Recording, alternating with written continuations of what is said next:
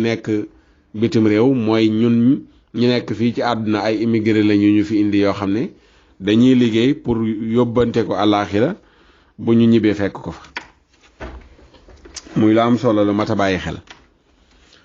waaye balaa ñu dikk ci fi ñu yemoon di ko wëyal dañuy ñëwaat tuuti rek ci mbirum actualité démb ñu ngi leen ko doon junju njiitu réew mi jël dogalu yu bari ci réew mi ñu delloo si waat ko lu ci mel ne école yi lu ci mel ne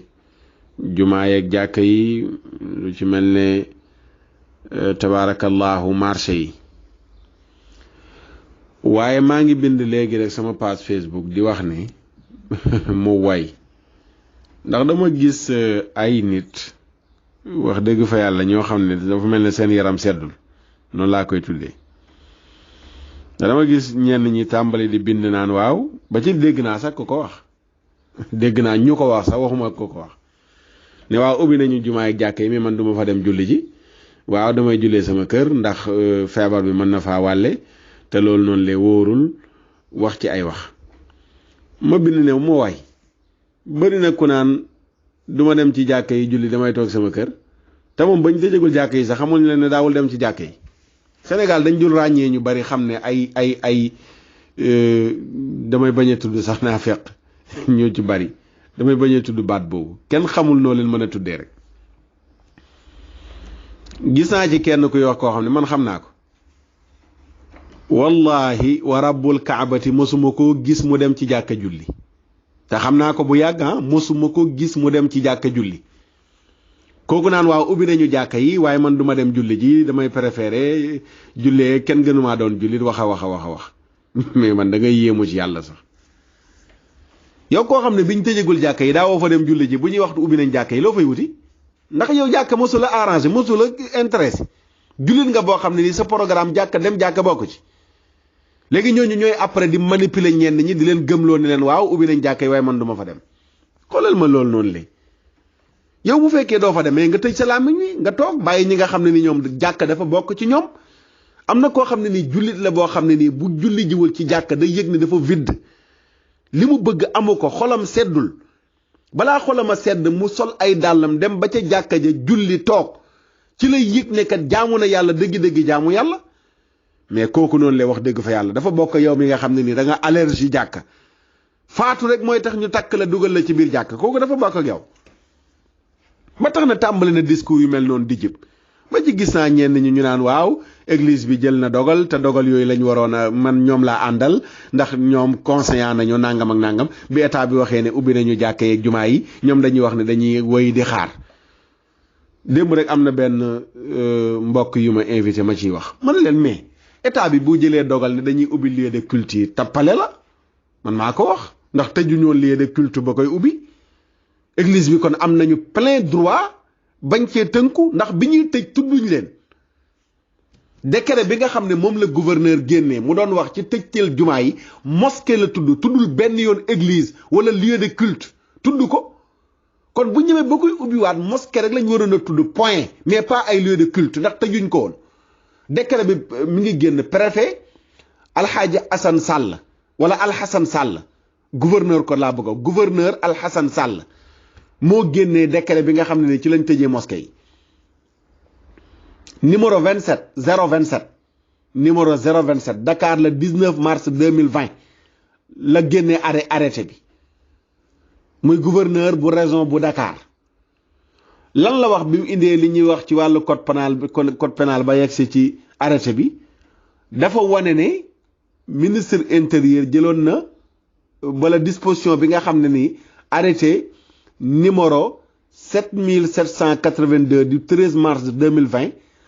ki nga xam ne mooy ministre intérieur jëloon ko ngir tere lépp lu jëm ci wàllu manifestation ak rassemblement ci lu mel noonu moom ci la sukkandiku nga xam ne dañ ko defoon ngir coronavirus bi bañ mu tasaaroo ci lañ sukkandiku ci région Dakar xoolal lan lañ wax dane les mosquées sont fermées à partir du 20 mars 2020 jusqu'à nouvel ordre. Les mosquées sont fermées à partir du 20 mars 2020 jusqu'à nouvel ordre mais dañu tudd fii lieu de culte fermé mais mosquée la ñu wax biñ tuddee mosquée bi ñuy jël arrêté bi muy génn fekkoon na église bi jëloon nañ seen dogal ba tëj seeni bunt mais bu fekkee dañoo nekk ci état droit état boo xam ne nii amul kenn kuy jëlal sa bopp benn sañ-sañ ñu bàyyi la noonu lu dul dañuy jël sañ-sañ boo xam ne ñëpp la laalaale même buñ jëloon dogalu tëj seen buntu église arrêté bi bu ñëwee dafa war a tudd lieu de culte nga xam ne su boobaa ñoom amuñu sañ-sañu ubbil ko seen bopp lu dul ne état moo leen ci jox ordre pour ñu ubbi ko léegi nag su demee ba état waxoon ne dañ tëj mosquée yi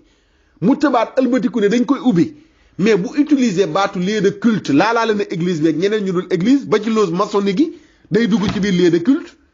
su boobaa ñoom sañ nañoo taxaw ne tëj loo woon kon doo ñu tijjiloo il faut ñu comprendre li nga xam ne nii moom moo nekk ci ginnaaw mbiri balaa ngaa nekk di prononcer naan waaw ñëlee moom état bi wax nañ nañ tijji te ñoom nee nañ dañuy xaar mais ñooñu état tëjloowu leen woon ba di leen tijjiloo tëjloowul leen woon seen buntu ba di leen ko tijjiloo bu waxoon lieu de culte la ñuy tëj kon su boobaa même ñoom bu ñu tëjoon ci seen coobaree bopp décret bii gouverneur génnee daf leen di laalaale waaye gouverneur décret bi dafa leer les mosquées sont fermées la wax mais tudd lieu de culte mais président ci discours am lieu de culte la wax lieu de culte su boobaa laalaale ne église bi jumaa yi loge maçonnique yi ak mbooleem yu mel noonu nga xam ne nii mi ngi ci réew mi laalaale na ko ñu am ngëm-ngëmu yenn ci wàllu pas-pasu diine di ko doxal kon ñooñu noonu le est-ce que nit dana taxaw naan waaw ñoom gis nga état bi jël na dogal ne mi ngi tijjuwaat lieu de culte yi mais ñoom ne nañ dañuy wéy di xaar mais ñooñu noonu le tëjloo wuñ leen woon te dañ dul xam jullit ñi Sénégal fi mu toll nii yan xeetu jullit moom moo fi nekk nga dul xam ndax yow mënoo comprendre bu fekkoon ne président Macky Sall dafa génn rek discours am lenn dong la ci wax mooy mosquée yi ubbi nañ ko mais ñu mënoon a takk rajo yi de mbel-mbeli mais ubbi nañu marché yi 7 jours sur 7 wala 6 jours sur 7 où est le problème waxu leen ci marché yi nga xam ne moom lañ ubbi juróom-benn fan nit ñi woyaat dafa dajaloo rassemblement woy di fa am pourquoi waxu leen ci école yi nga xam ne ni ñu ngi ne dañ ko ubbi xale yi war fa dem ne dañuy jàngi yéen ñëm ngeen noppi ci léegi seen problème daal mooy jàkkee yeeg jumaa yi ubbi nañu ko lan mooy ci seen problème mbooloo mi dajaloo ci jàkkee yeeg jumaa yi li dajaloo ci marché yi ko ëpp junni yoon xale yi ne war a dem ci école yi ñoo ko ëpp junni yoon léegi yenn journalistes yi ñi ngi tàmbali génne article nga xam ne kenn xamul lu ñu doon di wocce ci naan waaw Macky Sall pression religieuse te amul benn pression religieuse bu tax Macky Sall ubbi jumaa yi jàkka yi démb wax naa ko dama gëm ne école yi nga xam ne moom la France jël dogal ne moom lay ubbi moom dong la bëggoon a ubbi lewal ko Sénégal mais xam ne mënu ko ubbi sans mu boole waale ci mosquée yi ndax jullit ñi ngi taxawoon di nekk ñu ubbi école yi te ubbi wuñu mosquée yi waxoon naa ko ci émission vendredi ba loolu dong moo tax mu laaxaale ko ci mais jullit ñi bi weeru koor gi tàmbale la ligue des imams ak yeneen i julli tàmbali di wax ne dañ woyefal dogal yi nga xam ne jëloon nañ ko ci couvre-feu bi ngir may jullit ñi ñu mën a dund seen weeru koor niñ ko war a dundee dem ci jàkka yi naafila wala ñu mën a xëdd heure bu ñu war a xëdd ndogg ñu mën a jël seen temps état bi sëgg ci waxu ci lu ci jëm ba weeru koor gi xaaj na bay waaj a jeex mu soog di jël dogal yi mujj yi mu jël kañ la ko jël mooy bi nga xam ne France prononcé nañ di wax waxu ubbi seen école Sénégal doon wax jàpp nañ bis bu ñu war a ubbi école yi jullit ñi ne duñ nangu ñu ubbi école ñenn jullit ñi nga xam ne am nañ pas-pas bu dëgër te xam enjeu yi nga xam ne moo nekk ci ginnaaw mbiri ne duñ nangu ñu ubbi ay école ba noppi bàyyi suñ mosquée yi ñu tëj ko loolu laa jàpp ne man sama gis-gisu bu bopp moo tax ñu tijji mosquée yi mais amul benn pression religieuse bu bàyyi ko ci ma sàmba wala ma dem ba tax état bi reculer ci dogal bi nga xam ne jëloon na ko kon lu mel noonu loolu le dafa mat a bàyyi xel nit ñi xam ko te ñu nekk di bind naan ay d'accordu maag buñ ko ubbeeg nañ toog kër yi julleeg église bi niñ def la ànd ak ngeen noppi xamu leen li xew te boo demul ci jàkka ji julli nga tëj sa làmmiñ nga toog sa kër bàyyi ñi nga xam ne ni jàkka ñor na leen bokk ci ñoom ñu dem ci jàkka ji julli ji bëri na 80% yoo xam ne ñu ngi wax naan du ma fa dem te mosuñ fa dem jàkkay Sénégal yaa ngi nii ban jàkka moo ciy fees te koñ boo dem ay jullit kese fa nekk ñu ngi tëj seen buntu yi ràpp jàkkee ñaari sàppe ñett du fa am mais julli ñi nga xam ne am nañ pas-pas bu dëgër jàkka jaral leen dara ñoom ñooy dem ci jàkka yi ne ñi ngi julli ji mais ñaata julli ñooy romb jàkka gauche ak droite te duñ fa jàdd julli ñooñu ñooy ëlbati ko naan waaw man ubbi nañ mais du ma fa dem da nga fa mos a dem mais arrêté leen seen discours yooyu te ngeen noppal nit ñi. bëri na koo xam ne waxuma jàkka mais àjjuma sax du fa julli ji àjjuma sax du fa dem mën nga ko gën a xóotal ba ne est-ce que wóor na ne sax waxtu julli yi respecté na ko juróom di ko jullee këram.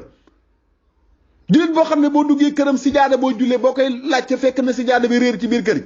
jullit booy dugg këram kaamilu alxuraan doo ko fa fekk kooku après mooy prononcé naan waaw man ànduma ci du ma fa dem ndax feebar bi mën na ma faa wàlle te kooku mooy dem ci marché ba mooy dugg ci bus yi mooy dem ci yeneen yi école ba moom du wax dara ci ubbi guñ ko ubbi du wax dara ci marché yi ñu ubbiwaat nit ñi dafa daje mais léegi daal jàkka yi moo koy dérange nañ am fayda ñun ñu nga xam ne nii gëm nañu jàkka gëm ne dafa bokk ci ñun ñu taxaw wax ñooñu ne leen arrête ñu tëj seen làmmiñ ñi te noppal nit ñi yow demoo jàkka demaanoo fa jàkka doo fa xand ba noppi naan waaw man duma fa dem ndax feebar bi yow da nga fa mës a dem yow yaay jëmmu feebar bi gën a grave sax coronavirus bi ndax sa pas-pas bu bon ñu baal nu mais doo xam lan nga war a yan terme sax nga war a génnee ci jullit ñooñu nga xam ne tey ñi ngi tàmbale di wàcce ci takk rajo yi lu nekk ñu wax ko yow waxuñ ne mosquée yi kese la ñu ubbi mais ubbi nañu école yi ubbi nañu marché yi ubbi nañu mosquée yi yow ci biir ñooñu benn nga ci allergie ci yi ñu ubbi mel ne feebar bi ci mosquée yi lay wàllaate dañoo gisagum jenn mosquée juñ fekk kenn ku feebar wala ñu ne ca mosquée ba la jógee jëlee fa feebar dañ ko gisagum où est le problème ngeen ñu naan waaw même buñ ko ubbee sax nangam du fees ndax nit ñi duñ fa dem ku la ko wax yow neel doo fa dem mais léegi bu fekkee nit ñi duñ fa dem sax yow kon léegi moo war a tax nga tëj sa làmmiñ wi ndax kon léegi kon amatul risque ci ñu ubbi jàkka ji wala ñu ubbi jumaa ji doo comprendre daal nañu tëj seen làmmiñ yi te noppal nit ñi te ñu ci bari ñuy wax loolu xam naa li tax ñu koy mooy seen position dañoo défendre dañoo war a tëj mosquée yi ba àdduna bépp dégg ko lu ne ñu wax ko ci moo tax buñ ko tëjee jàpp nañ ne honte la ci ñoom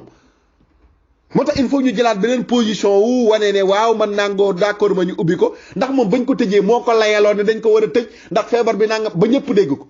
comprendre nañ ñu mel noonu tamit ñu ngi ci biir nit ñi. su ko defee loolu noonu lañ doon ubbee mënu la ñàkk ñu ubbee ko te incha allahu taala danañ wéy nag di ci wax ba ñooñu tëj seen gémmiñ ñu noppal nit ñi boo demul ca jàkka ja nga toog sa kër. waaw bu dee ne yow dem ca marché ba moo la yitteel ak dem feneen ak feneen uti loo lekk ak loo naan ak xaalis boo jël def ko ci sa poos nga dem loolu mu nekk sa priorité mais jullit bi nga xam ne nii ca fajar la yeewu njël bëri na ñuy wax loolu noonu la biddanti rek la ñuy def bu ñu liggéeyiwul duñu yeewu julli bay wax naan ay jàkka ji du ma fa dem damay feebar bi damay wàll yow yaa gën a garaaw feebar boobu nga wax sax ne damay wàll nañu arrêté discours yooyu waaye te noppal nit ñi te bàyyi ñi bëgg a dem ci jàkka yi ñu dem fa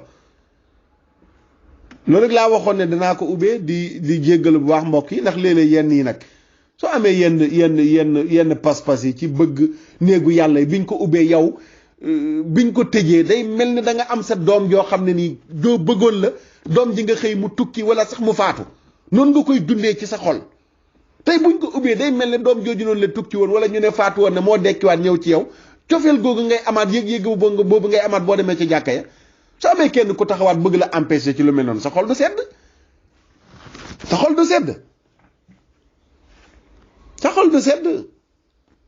foo xam ne ni Yonent bi sallallahu alayhi wa sallam nee na doon na ngéeju ñu noddu mu liqaam mu jiital kenn mu jiite mu gàddu say matam dem dugg ci dëkk bi di wër koo xam ne ñëwul ci jàkk ji julli ji mu jël matt wa def sa kër taal kër gi ci sa kaw Yonent bi neen doon na ngéeju lu mel noonu ngir rek wane solo si nga xam ne dem ca jàkka ja am na ko léegi loolu kan moo ngi jël di ko woyofal ñenn ñi tàmbali woon di génnee ay discours waaw yi di du farata dem àjjuma lu ne ñu wax ko ci ay wax di wàcce ca ci rek di teg nit ñu dimbale waaye wax dëgg fa yàlla dafa doy sëkk nag waaw dafa doy sëkk am na ñoo xam ne noppi dong nga leen war fii mu toll nii amul dara lu ñuy joxee te benn leçon amul ko noppi dong moo leen war waaw di jéggaluwaat bu baax a baax mbokk yi di ñaan yàlla na jàmm sax ci Sénégal feebar bi yàlla na ko fi yàlla jëlee ko ci àdduna bi yëpp